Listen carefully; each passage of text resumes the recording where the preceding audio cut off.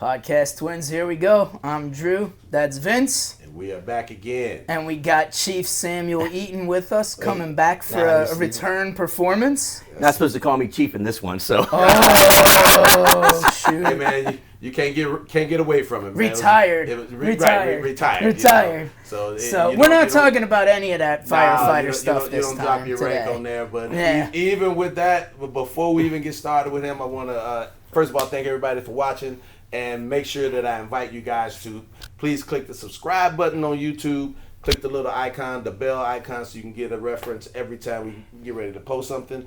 And if you're a over-the-road person, anybody in your car, listen to us on Spotify. Just put up Podcast Twins. You should see these 2 mugs over here, and just click it and play. And sometimes 3 mugs. Sometimes 3 mugs. So anyway, that's what it is. But now we're back with my main man, Sammy. We are back here. And here So, is that a fire? No, you don't have to care about it. You don't have to respond to that anymore. This boy. I swear that you need this song, man. See, we have a problem. we have a problem because, see, you know, as we work together over the years and, you know, we try to do this cultural thing, you know, everybody trying to merge cultures. Right, sure. And I'm good, though. Sam would say something to the magnitude of, hey man, I can rap. I was like, oh shit, no. The first thing we're not gonna do is have you out here rapping. But he's like, wait, I got it. Let me try. So I would take my deep breath and just wait, and he would go in, and you could almost see my blood boiling inside, and it's like, okay, stop. Don't do that around any other human beings with breath in their body. But he fell in love with it. Yes, I did. And every single opportunity he would see me, he'd be like, I got a new rap. Because I could tell it got to him, and I loved it. So I would see him out, and I go, hey, I got a new rap. And he's, oh, Sam. Stop it. So I said, okay, I'm going to double down. I took him to see KRS-One in the live concert. No seats. Oh, yes. Up close to the stage. Yes. I said, that's rapping. That's rapping. Now, if you're going to do that, you got to come out like that guy. So we went to this place, and it was the most fun because it was, you talking about culture. It was a culture. Everybody was there, you know, and it was cool. Everybody was kind of functioning, flowing. Like I said, the place had no seats. You stood up the entire time. You had a little bar back here. Everybody was vibing and moving. Was it your fiance or girlfriend at the time? It was my fiance at the time. Okay, good. And so Sam, I pulled him out the house. Everyone tell Drew who KRS-One is. Yeah, please. Speaking of culture. Wait, why did Kirfton know that I didn't know that? It's because I know nothing about any pop culture. Right, okay, that's right. Kirfton's met me before. And I still don't really know, but you know. Yeah, but it was good for him to see because he always talked about he's rapping. And I had an extra ticket. And I was like, bro, you ain't even got to pay me for this ticket. Nice. You're in. I'm just taking you with us. We were front row, man. We were KRS-One, like right there.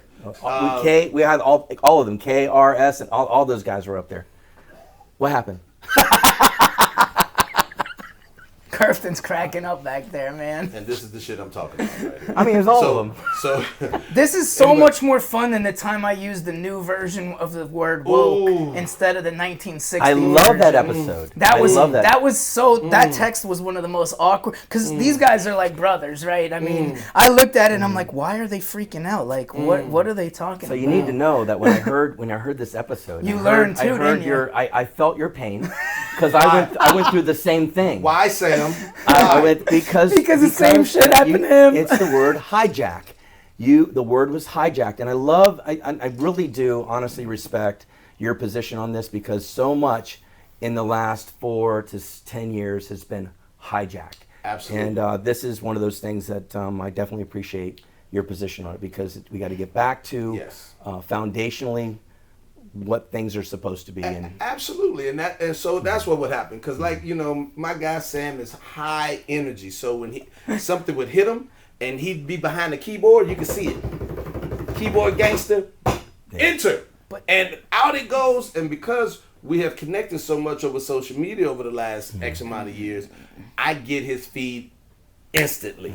As soon as it does that, and he's like, I'm sick of the woke culture. And I'm like, yeah. So I go, right back. And next thing you know, it's like dry. Because now all the people that was coming in and jump in, they didn't want to fight with me. Because I'm like, dude, you can't use that word. And I don't remember that on social media, but I can 100% believe that it happened. That's fine. That's fine. Because you need those people that understand. Like I said, you can apply this to a lot of different situations. But that's also why Curfton likes listening to our show that he produces, because he doesn't have to listen, but he likes that aspect of it. And we've talked about it. And it's like, look, you know what? We're friends. I could screw up. Yeah. And Vince could be like, hey, man, you probably don't know this. Right. But that pisses people off. Yeah. And I'm like, we need to know. Yeah. Where's the hot button? That's how we learn. We learn cross cultures. That's how you do it. You know, again, I had it not been for sports, I've told you this many times, coming up on the south side of Chicago, if it not been for sports, I probably wouldn't have seen white folks until God knows how long. Because we had one white girl in my elementary school, 1st through 8th grade. all right. Only the 4 Chinese exchange students in my high school, which we never saw, because it was a magnet school. And then I went to 2 HBCUs to go to college. So literally, I could have gone a lifetime without having cross exposure, but because of sports, it took me across. And of course, my father being in business and doing things like that. So you learn culturally how to, when I should sit back and when I should interject. So it's certain things that, listen. But we should be able to talk about it. But we are the assimilation group, so we're used to assimilating to people until little key things that just go, you know, I call them and then cringe when I moments. see But it that should cringe, be when you okay see to the ask cringe moment, questions. right? When you see Right, the like if cringe, I But ask you got to a ask the question first before you take it and go. if you don't know, but if you don't know, but sometimes you don't know what you're doing. But if you don't know. Right? Like I can take that. the perfect example, I didn't know at with a all mind, because with a I mind. wasn't alive in the 60s or 70s. Right. So I didn't know that word That is had true. a different meaning 20 years before I was born. True. That's a So, and you didn't get mad at me. No, I didn't get mad. You got mad that I had no clue that I was pissing you and Curfton off in a text. And you're like, that guy has no clue. I'm not going to berate him. I'm not going to fight him. I'm not going to, go back at him. I'm just going to tell him, hey, look, this is my perspective. Yeah, right. And here's why. Right. Well, but see, I believe in the cultural education. I believe in it because I don't want to come into your home and disrespect you and yours, and say and vice versa. Yep. So I do believe in standing back and kind of watching and learning and kind of picking little things up here and there, and especially back even going into coming in my career path when I became a fireman, bro, it was few and far. Yeah. You know, so it was you had a lot of opportunity to learn other cultures, but at the same time, you was watching because they was watching you. Well, growing up in South Florida, I had a completely different experience Right. because you couldn't just be friends with the Jewish guys or the Catholic guys or the black guys or the Spanish guys because it was so diverse growing up in Broward County that, like, we never even, I didn't know racism existed in real life until I was in college. That's something. And I went to Indiana. I knew that old people had said some stuff on all sides, right? But you hadn't experienced it. But not in real life. Like, Right. I had heard people say, like, racial slurs and what, because it's like, our great-grandparents and grandparents' generation, those words were just said, right? Like, everybody said them. And it wasn't, and when I say racial slurs, I don't mean black racial slurs, right? Slurs, period. You could call Italians, 100%. Jews, Listen, whoever, it didn't matter. If I slur across the board. Well, that's I good. don't- You're equal I don't equal just- opportunity I don't hater. just I pick like a it. slur, bro. I'm going, I'm cleaning house. You could have know? like a George Carlin routine where you just say all this racial slur names where you can't say, right? George Like the Carlin. 7 dirtiest words you can't say. Yeah, we'd say it. Love George Carlin. That's why I love the George best. Carlin. Yeah, He you was could really be the best. you could be like a Yeah, George Carlin. Yeah, man. but just know that So- when I slur, I slur across Carlos the board. Mencia was the guy that said he offended people equally. He did. He stole a lot of jokes, but He did steal some. we don't want to talk about woke. We already did But the that. song show, I was so playing, tell- Vince, Okay. the song I was playing was not a rap song. It was my offering to say that you just need a little 20-second jingle at the front. Something that makes it the podcast twins. People hear it. Oh, hey, that's the pod. I just think that Sam just offered to write us a rap to intro the show. I have a tear. I feel like the Indian, the tear. It was CNC Music So- Factory things so- that make you go, Yeah, that was what did I say though? You said we want to get right to it. But not only do we want to get right to it, because there will be an intro and there's some music, but the problem with that particular song is copywriting, and we already borderline getting picked on by other folks anyway, so we don't want to start pissing off the music industry too. Gotcha. But I do have something in the works. I love it. Based off of that. Who you calling we? Yeah, I want to piss off the music industry. Yeah. I'll throw everybody under the bus. Yeah, you know, we'll back over them. They got so much. Look, I'm getting the song created. I have a DJ. My DJ is working on a nice little cut, a little 20-second thing till we can interject and have our little, you know, we I did take it under suggestion. Thank you. Brother. I appreciate that. So is there 5 seconds of rap in there that I can jump Dave in Chappelle would tell you to put electric guitar in there and then some Latin music, and that way you can appeal to everybody, like he did in the Chappelle show. It's ambiguous music that's going to be good. It'll be a quick It's little. Just a jingle. It's just a little jingle to make your body tingle. I That's like all it. we're trying to do. I love it. I love it, man. I love it. You know, now I done got them started because I said a rhyme. That's it. So it's over. But anyway. Right. So what's on your mind other than that, Sam? Give us a topic that we can sink our teeth into. Let's start with. Okay, so if you listen to the other episode, I was here. I was battalion chief for Palm Beach County. I am a retired firefighter now, and I got the honor of working with this guy multiple times throughout my 30-year career. And antagonizing the whole time. I don't know if it was a mutual antagonizing. Antagonizing each other the whole time. It was good back and forth because it was good education. We had great conversations. Yes. I remember that after dinner, man, we all would go out and we. We might have, partaked in a little bit of, smoke, beautiful smoke, a little incense kind of going on there, and create the mood. And we would just sit there and talk for hours after dinner. And that was my favorite time, was working at 42, the big house. Just a great time, great crew, great. That's the thing I miss the most. I came up with a new saying, Vince, and you'll know that.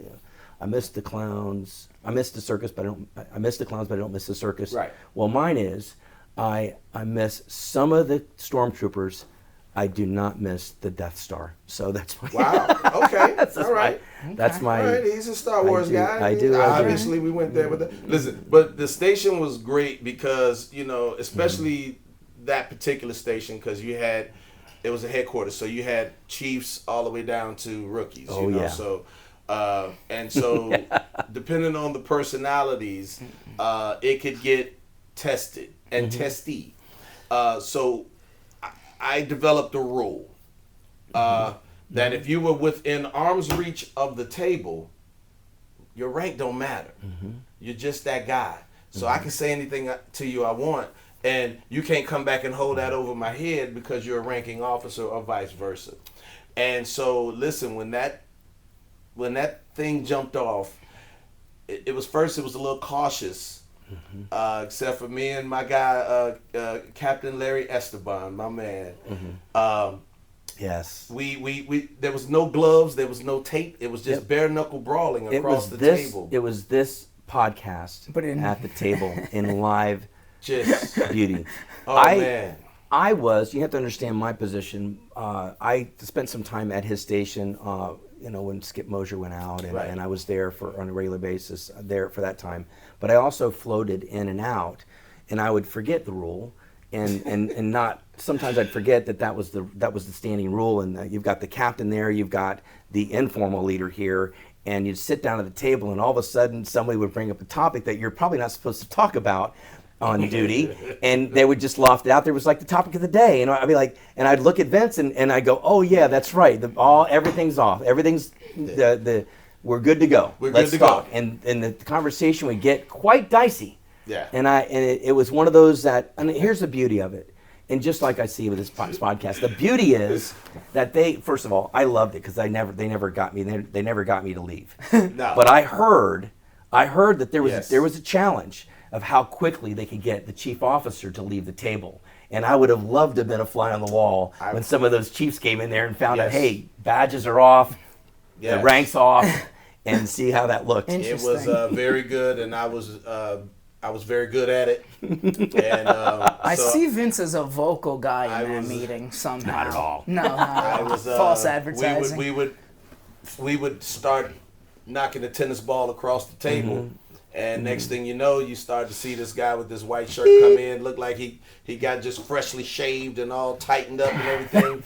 You know, his asshole is tight enough to, break a marble.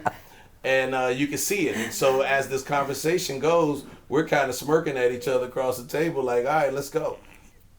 I say 5 minutes. He says, I say 3. And boom, off come the gloves. And we're shooting shots.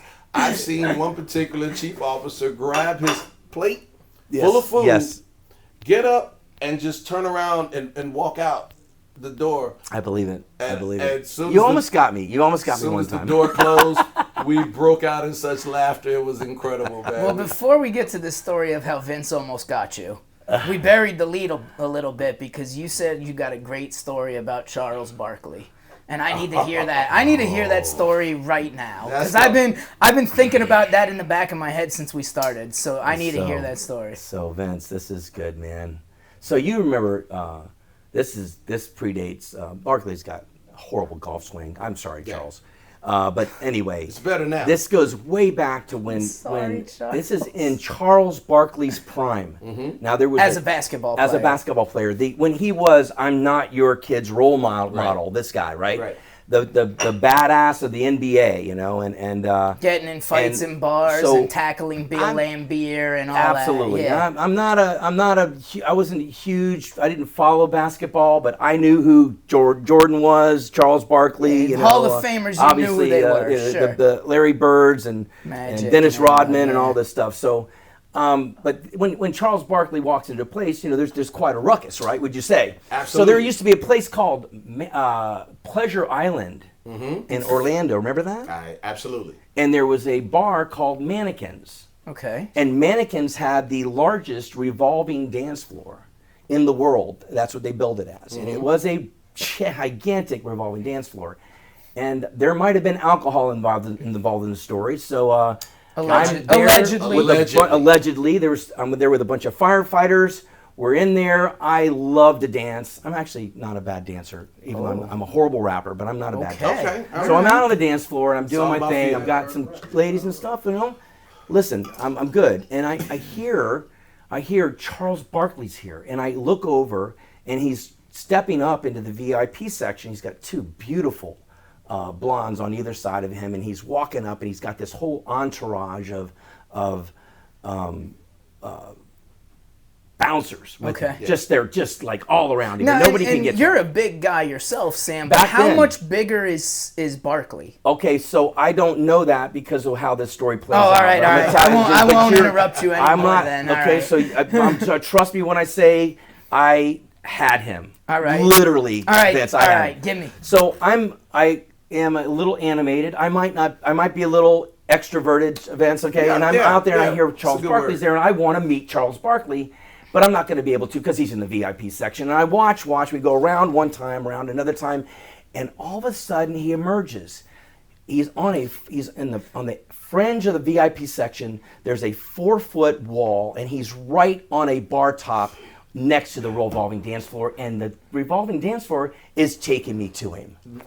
And like fate. It's fate. Did you bribe the person pushing the button? Or? Nothing. All right, go ahead. Everybody's moving. Everybody's moving around, right? And I go, I got to do something. He's right there. Like he's literally on the edge of the dance floor. He's got no protection. Zero. Everybody, all the bodyguards are around him. He's watching the dance floor. He's enjoying the stuff. And all of a sudden, this guy, this blonde, big I was probably about 220 at the time, pretty good shape, Vince. All right. And pretty muscular. I go running up to him like out of nowhere. I knew I was going to do it. Like an 8-year-old kid. Oh, just like this. And I go, can I do this on the mic? Yeah.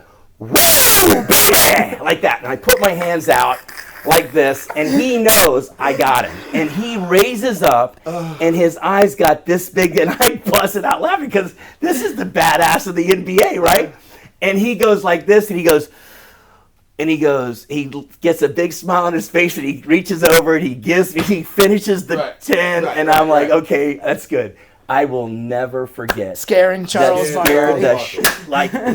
completely exposed anyway. That was the story. Was it you jumping and screaming, or was it the mullet? It might have Listen, I had a mullet. The mullet, baby. How did you leave the mullet out of the story? I don't know. I feel like that's a key piece of the story. I had the Mr. T starter set. I had the mullet going. He had the split thing, the feathered part here in the middle with the mullet running down the back.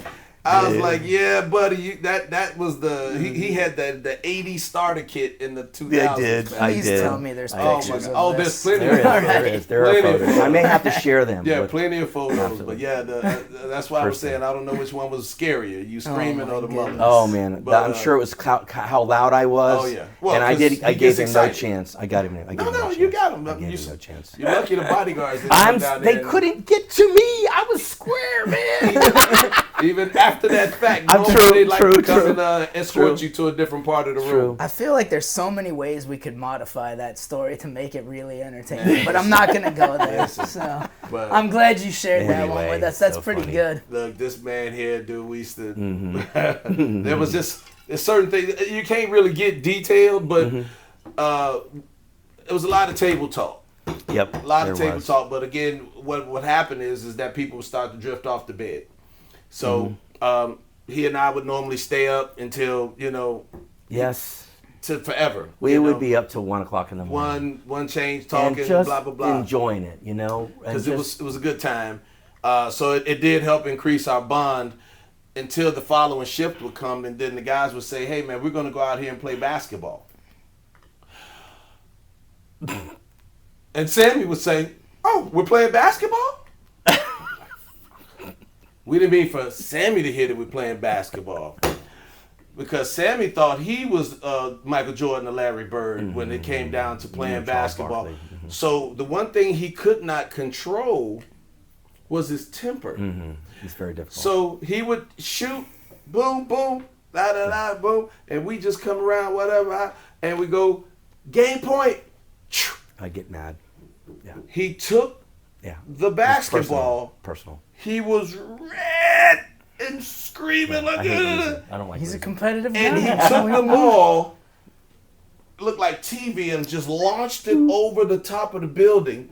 And we just sat there, watched it over there. It was like, game over? Game over. We can get the ball back. We get the ball back, but I'm like, I'm not going up there to get the ball. He threw the ball on the room. You got to go get it. He had to get it. You guys are firefighters. You got a ladder. It was too at least fun. One ladder. You should be able to get up there, right? We knew that every time he came after that, we got to play. That happened in every station, Vince. I played all the sports. The legend precedes you. It does. And man, everybody know to beat him so he could get mad and lose it. They knew it. The one time he spiked the ball like 30 feet in the air. Oh yeah. And we were like, okay. I'm surprised if that ball got in the air. So I come back down. Anger management. What you don't know is that I learned I never played basketball. Shocker. Until I got to 42, and that was my first station, and when I was a rookie, and we would play out there with the original crew, and Perillo was out there, and Terry McCabe, and Don Kirkpatrick, and Matt Pennington, and Darrell Evans, and Ricky Grau, and man, I can just see them all right now, and I didn't have any game. At all, but I wanted to play. I wanted to be out there anyway. He loved it. And, I should have worn I got 5 fouls to give, and I'm not afraid to give them. I don't know anything. It's like, hey, listen, we're playing rugby as far as I'm concerned. That man. Whatever I can do. Yes. So there's no. So the new NBA rules would not be accepted. No. I'm hacking people left and right. Absolutely. Hack a Shaq for real. They would still win though somehow. As much as I would foul them, they'd still. The ball still would go in the hoop. But, you battered and bruised and scratched, but all it takes is like this, and I would. He would just go flying. A pump fake would just run right past pump fake. I never learned how to get. It was so good, man. Listen, we did this with this man so often that literally we would play until he would just. Vince did not. I saved that for the middle of the episode. I blocked it out. I'm like, man, I've seen angry people on a basketball court, but I don't think I've ever seen that level of anger. And I'm like, I call it passion. But the difference would be is you like, if you were good, I could see you being mad. But you mad at something you're not even good at. So like anybody we play golf with regularly getting mad because they think they're good. They think they're good. Yeah, this might translate to the golf course. Yeah. I guarantee you this man can fling a club. I have no. Well, okay. I can't say. I'm about to no. say I don't. can't say no. I'm not going to say. I'm not going to say I've never done that. I can see that happening because again, the hyper competitiveness is out of control. But what made him funny to us on that is what also made him good in other areas, But one of the last times we worked together, though, we banned him from our station. I didn't get banned. It must be talking about you. So I'm just looking at it. He comes. Remember what he's talking about. He's like, I'm banned. He's in his last year. Last year before he retires, he comes in and he sees my name on the roster. He's like, oh, I got to go see my boy. Shoots over to my station. We're over there jaw-jacking, yakking it up. And 58. Yeah. Or wherever it might be. 58. It's one of those numbers. And a water, basically a water fire extinguisher, not extinguisher, what do you call it? The sprinklers. So it went off. Whether it was a fire or not, it turned out it was a fire in the little laundry room on the third floor of this senior complex. And we sat there and, okay, so he's there. So now he's got to go run command. Boom, we take off. And we're out there and I'm like, hey, man, you was just at our station, with dinner and stuff, man. We get the best job. No, we got the crappiest jobs. And we kept it, because he was like, hey, guys, can y'all keep squeegee? Because the thing just wouldn't stop. So we had to squeegee out this room up and down the third floor. The things that people remember. And we like, hey, man, are we going to get rotated out here? We've been over here running up and down these stairs. And that's why we came back together. We was like, hey, Sam, it was great to see you. Don't come back. Don't come back. Don't come back. I know you floating and everything. Don't come back. Go back to headquarters. Where was you at? Yeah. Because it was like that was it. That was hours of squeegeeing. It was the most painful non-fire. Throw in the Vince world. under the bus Okay, next. well, you got a Vince under the bus story. I Come gotta on, tell you, Sam. You got to do it. It's plenty for me. Either that, or you can tell us. Oh, no. Go ahead. He's got plenty for me. Well, I remember a call that we were on. So my last, I was, I love the paramedic or the EMS side Yes. of the fire service. I very comfortable with it. Was an EMS supervisor for 7 years up in Battalion 1. And as I got closer to retirement, I wanted to run some calls. And I decided that, nobody knew this, but I decided that I was going to start an IV on one IV a shift. I'm just going to do it. I got to get out there and do this. And I'm actually just to, remember what it's like. I never had to do it on a call, but now I'm going to insert myself in these situations. And so I wouldn't tell anybody until I got to the call, which is kind of funny. And nobody believed I could start an IV. So at this point, because you can't start an IV, he's a battalion chief, he can't do that. And I always proved them wrong. But my favorite story about Vince on that note is we're in 58 zone. I roll in on a call with him, and he's driving the clipboard, and that's one of the favorite things to do. Is when you don't want to do like patient care, you want to grab the clipboard, so you stand over to the side and you're documenting and stuff, and you're writing some stuff down. So now I'm not saying that he was doing that to get out of work, because Vince is he's a hell of a worker. No, but you gotta, somebody's gotta do that. You gotta keep it do all, and Vince has got the seniority, so he grabs this, so he doesn't have to do. So he's over there and he's watching, and he hears, and I'm going to start the IV, and he is quite entertained, aren't you? He's looking at me, he's watching, so this is going to be good. This is going to be so good. He's sitting over here, writing his thing and stuff, like watching this. Now this lady's got a displaced, it was a hip fracture. And she was in pain, and we need to give her some medication for that. So I'm going to start the IV, and I announce it to the crew. I'm going to start the IV, and they're like, everybody's like, wait a minute, what's going to happen here? Well, no, the looks from everybody. First was this. You ever seen neck? The neck snap like that, like. Oh man, when I was in Sweden, we called that Swedish neck, but it was for a different reason that your neck was snapping. You guys might be able to figure it out. Yeah, I figured you would. It was similar to that. It was a very quick snap of the neck, and it was that 2 seconds of uncomfortable silence after that. Like, give me your tourniquet, give me some IV preps. And he's never stopped, and I'm like, oh wow. So we're sitting there. I got the IV, and I see it in a nice hand vein, and I'm looking at it, and it's prominent, and it looks good. So, but in the IV setup, you have to look at the needle. The needle is actually beveled in a certain direction, and you have to make sure the bevel is the right direction. Now, I'm in my 50s. I can't see the bevel, and it's important that the bevel is up when you start the IV. So I'm in the process of doing all of that because that's what you do. But I realize that I can't see the bevel, and I don't want to screw up because everybody's watching me. And I've made a big statement here, and the lady's there, and I say I go to the guy to my left. I said, "Do you have glasses?" And now Vince is in the kitchen. And you could see this vein probably from 3 houses away. It was that big, and I go, "Do you have glasses?" And he goes, "You can't see that." And I go, "The bevel, Bell, the bevel. The tiny little needle is what I can't see." He's like, "Oh, sure." So then, right then, the lady goes, "Do you want my glasses?" Well, that's pretty good. I scared the crap out of her. That's pretty Before good. he admitted he couldn't see it, the universal sign is. I'm back here like this. He's doing the. But you don't see. He's doing the giraffe neck. He doesn't see that I'm looking at the needle, and he thinks I'm back here. I can see the drawback, and I'm like, he can't see shit. He's blind as hell over there right now. You can't So see that. I'm having a blast back there in the back because now I'm just he laughing. knows I'm going to blow this IV. There's no way he got no chance of success. Yeah, no but when chance. the patient says, "You want my glasses?" That's not bad. Oh, Game man. Like a over. 97-year-old lady is what I'm Yeah, picturing. she was right so worried. now. Here, please take my glasses. The best thing Even for I can him see the vein. was that he had his own vehicle as the chief, so he would just be able to get in his car. Get in his truck. Because he didn't Right. want to come get back on the truck with us after that, man. I Funny, man. Oh, my God. Listen. Yeah, that was good stuff. But that was the one thing about this man is that he would try anything. So sometimes it wouldn't go well. No, there's times it didn't go well. But he would dive in there, I'm not man. worried about it. He was that guy in the big class, when everybody nobody wants to raise their hand to be a volunteer.